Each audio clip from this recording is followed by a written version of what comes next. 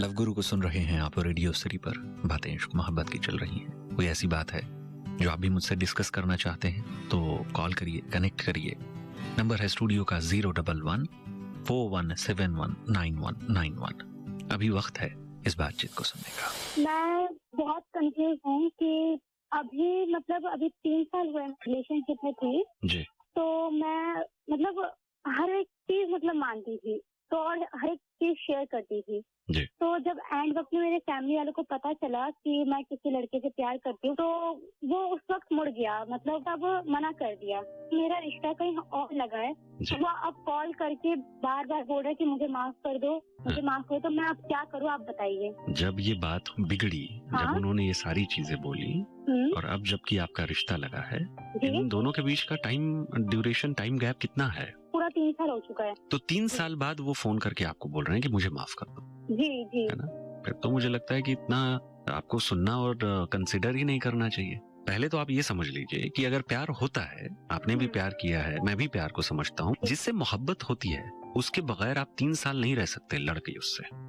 और खास तौर से जब मामला लव मैरिज का हो तो अपना ईगो को एक तरफ हटाकर एक लड़का और लड़की दोनों फाइट करते हैं अपने घरों में।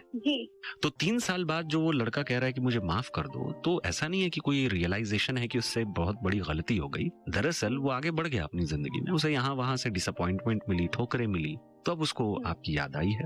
अब जहां तक रहा सवाल कि वो आपको फोन करते हैं, माफी के लिए बोलते हैं, मैं ये समझता हूँ कि जरूरत से ज्यादा भी वो आपको कॉल्स करते होंगे क्योंकि आपकी शादी तय हो गई है, तो आप अपने होने वाले हस्बैंड से बात करती होंगी, पर वो इधर उधर के नंबर से भी आपको कॉल करते होंगे। अगर ये बातें हो रही है ना, तो उस लड़के का फोन उठाओ और एक चेतावनी दो कि सुनिए, मेरी शादी फिक्स हो गई है, ठीक है, आप मेरी जिंदगी में कहीं नहीं। ये बात मैं आखिरी बार आपको और बहुत पोलाइटली समझा रही हूँ कि अब अगर आपका कॉल आता है तो मेरा नेक्स्ट कॉल आपके घर वालों को होगा।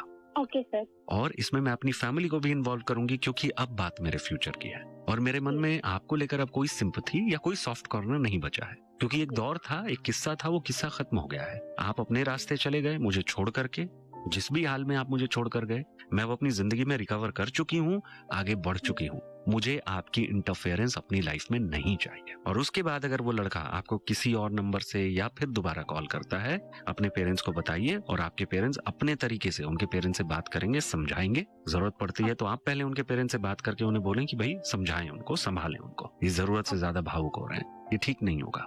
ओके सर, ठीक है, thank you, good night. Radio city love Guru.